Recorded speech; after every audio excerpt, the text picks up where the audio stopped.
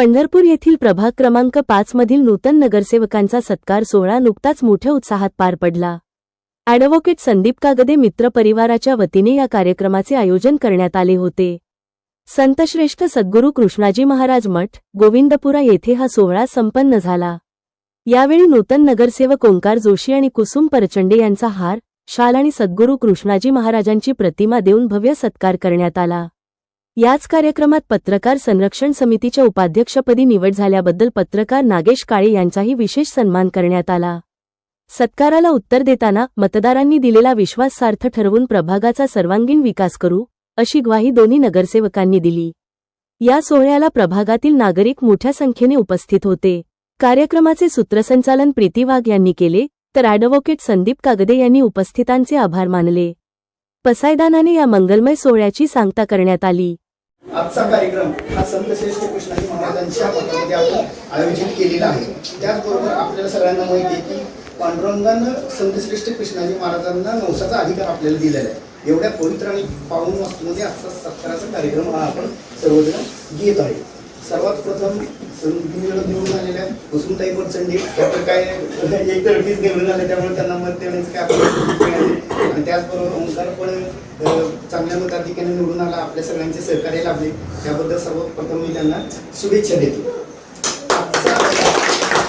आजचा कार्यक्रम आयोजित करण्या पाठीमागेचे साधारणपणे 3 उद्दिष्ट आहेत। सर्वात पहिलं उद्दिष्ट आहे कार्यपूर्ती। कार्यपूर्ती याचा अर्थ असा होतो की गेले 7 वर्ष 8 वर्षांचं जे सातत्यपूर्ण कार्य करतायत ते समाजामध्ये लोक वेगवेगळ्या लोकांचे उपयोगी पडतायत, मदतीला जात आहेत, कोरोना काळामध्ये केलेलं कार्य असेल, हे जे 7 ते 8 वर्ष सातत्यपूर्ण पद्धतीने कार्य करत आहे त्याची कार्यपूर्ती म्हणून आजचा सत्कार। त्याचबरोबर दुसरा उद्दिष्ट आहे कार्यप्रेरणा। कार्यप्रेरणा म्हणजे ज्यावेळेस आपण एखादा सत्कार समारंभाचा कार्यक्रम आयोजित करतो त्याच वेळेस आपण त्यांना दुसऱ्या लोकांना आणि त्यांना कार्य करण्याची प्रेरणा मिळते। जे नवीन लोक असतात त्यांना एक प्रेरणा मिळते, अरे ओंकार एवढं भारी काम करतो, आपल्याला काय तर करावं लागणार आहे, तो 100 करते आपल्याला 10 तरी करावं लागणार आहे, एक नैतिक आपल्याला त्यापासून प्रेरणा मिळाली जाते, त्यामुळे कार्यप्रेरणा। आणि त्याचबरोबर पद असेल किंवा जर समजा नगरसेवक पदाचे पद असेल तर ती पद म्हणजे नुसतं पद नसतं, त्याबरोबर ती एक जबाबदारी आहे। नुसती जबाबदारी असते ती सामाजिक जबाबदारी असते। आता आपण प्रत्येकजण कुटुंबाची जबाबदारी पार पडतो, घरातल्या आपल्या यांची जवळपासच्या लोकांची आपण काळजी घेतो। ज्यावेळेस आपण नगरसेवक होतो त्यावेळेस आपण त्या वार्डाचे एक पालक झाल्यासारखं होतो। म्हणजे आई वडिलांकडनं जर समस्या सुटली नाही तर आपण कुणाकडे वेगवेगळ्या लोकांकडे जातो, शेवटी आपण नगरसेवकांकडे जातो, त्यांना म्हणतो की असं असं काम अडतंय, काम होत नाही, ते आपल्याला काम करावं लागेल। ह्याचा अर्थ पद म्हणजे पालकत्व असतं, त्या प्रभागाचं आपण म्हटलं पालकत्व असतं आणि त्याचबरोबर ती एक जबाबदारी असते की लोकांच्या आयुष्यामध्ये सकारात्मक बदल करणं ही त्याचबरोबर घेणारी जबाबदारी असते। तसेच जर एक नेता म्हणून जर आपण ओंकारकडे किंवा एक सर्वसाधारणपणे जर आपण बघायला गेलो तर नेत्यांमध्ये काही मूलभूत क्वालिटीज असतात की जसं काय होतं, बऱ्याचदा पक्षाची काही आयडिओलॉजी बदलतात किंवा पक्षाची ध्येय धोरणं बदलली जातात, त्याचबरोबर काही परिवाराचे असतात त्याची ध्येय धोरणं बदलली जातात, पण दीर्घकालीन असताना कोण ठिकाणं तात्पुरते येतात तो विषय वेगळा झाला, पण दीर्घकालीन टिकायचं असेल तर नेत्यांमध्ये 2 ते 3 चांगल्या क्वालिटी असाव्यात असं मला वाटतं। आणि हे जे मी मत मानतो ते नेता ह्या भूमिकेतून न मांडता एक जागरूक मतदार जो असतो, जो सर्व गोष्ट 5 वर्ष बघतो आणि मग मतदान करतो, ही त्या जागरूक मतदार ह्या भूमिकेतून मी मांडतो। आपण म्हणतो ह्याला मतदान झालं, त्याला मतदान झालं, ते त्यानं हे निवडून आणा ते आणा, पण मत बनण्याची प्रक्रिया ही एका दिवसाची प्रक्रिया नसती, ही 4 वर्षे 364 दिवस ही मत बनण्याची प्रक्रिया असते की आपण ह्याला मत द्यायचं किंवा आपण ह्याला मतदान करायचं नाही। आणि 4 वर्ष 365 जो दिवस असतो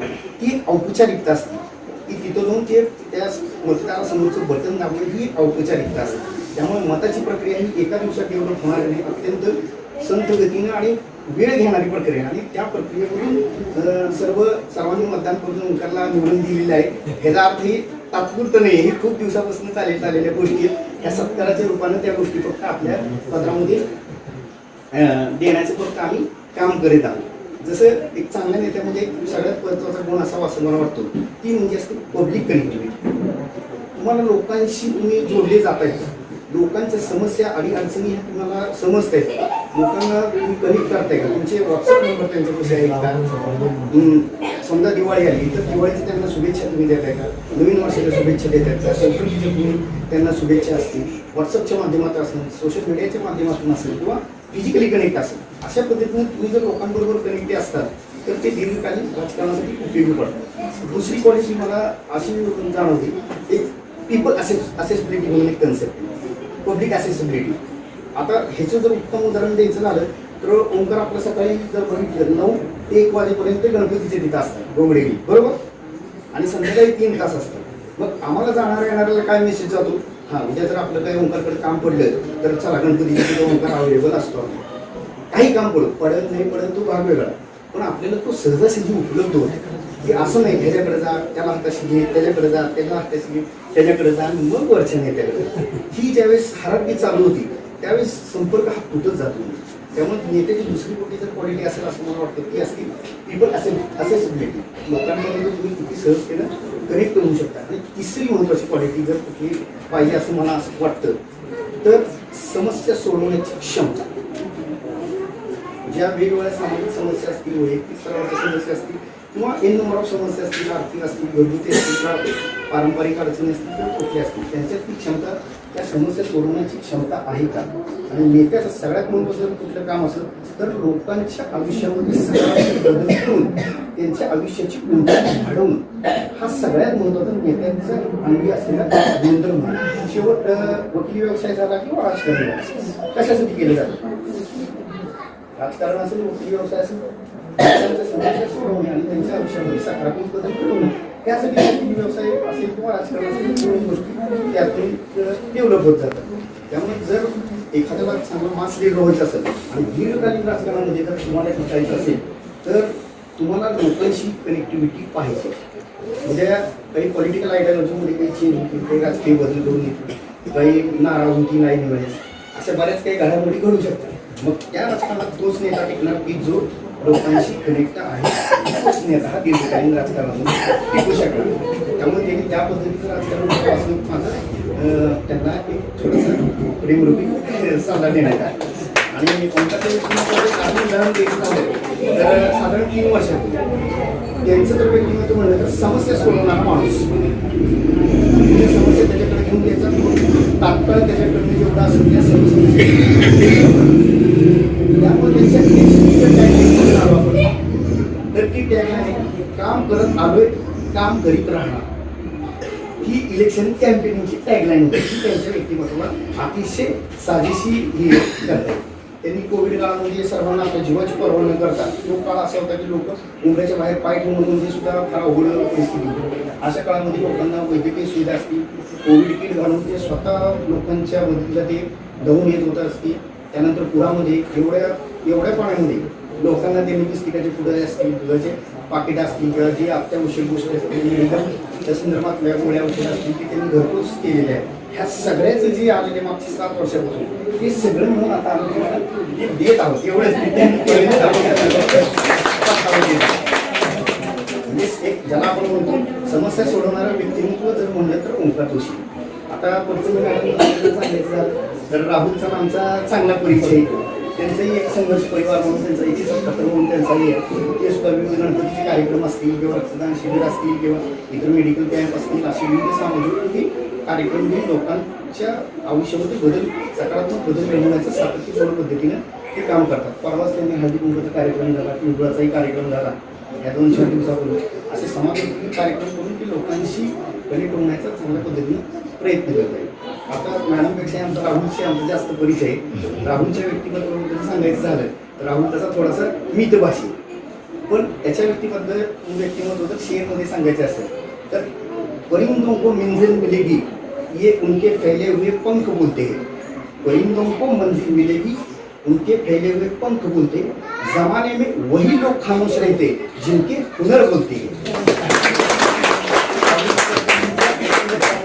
थोडक्यात जर सांगायचं अशा पद्धतीने आपल्याला सांगता येईल. बोलण्यासारख्या बऱ्याच गोष्टी आहेत पण वेळेची मर्यादा आहेत. आपण सगळ्यांनी इथं उपस्थित राहिला आणि कार्यक्रमाची शोभा वाढवली. त्याचबरोबर तुम्ही नगरसेवकांना पुढील सामाजिक आणि राजकीय वाटचालीसाठी आमचे लाख शुभेच्छा. येणाऱ्या भविष्य काळामध्ये त्यांना नगराध्यक्ष झालेल्या आपल्या सर्वांना आवडेल. त्यांनी असं लक्षात ठेवावं का success is a journey and not destination. प्रक्रिया आहे तुमच्यावर जबाबदारी म्हणजे जास्त वाटते लोकांची अपेक्षा जास्त वाटते. कोण काम करणार हा ओंकार काम करतो कोण काम करणार त्याच्याकडचा तो काम करतो म्हणजे लोकांच्या अपेक्षा तुम्ही उंचावलेल्या त्या अपेक्षांच्या आपल्याकडे आणि येणाऱ्या भविष्य काळामध्ये ओंकारला 15 पदी बघायला आम्हाला आवडेल आणि कारण महाराजांसमोर आपण कार्यक्रम घेत आहे महाराज आपली इच्छा पूर्ण करतो एवढे बोलून मी माझी 4 शब्द सांगतो आपल्या सर्वांना मनापासून सर्वप्रथम मी सद्गुरू कृष्णाजी महाराजांच्या चरणी नतमस्तक होतो.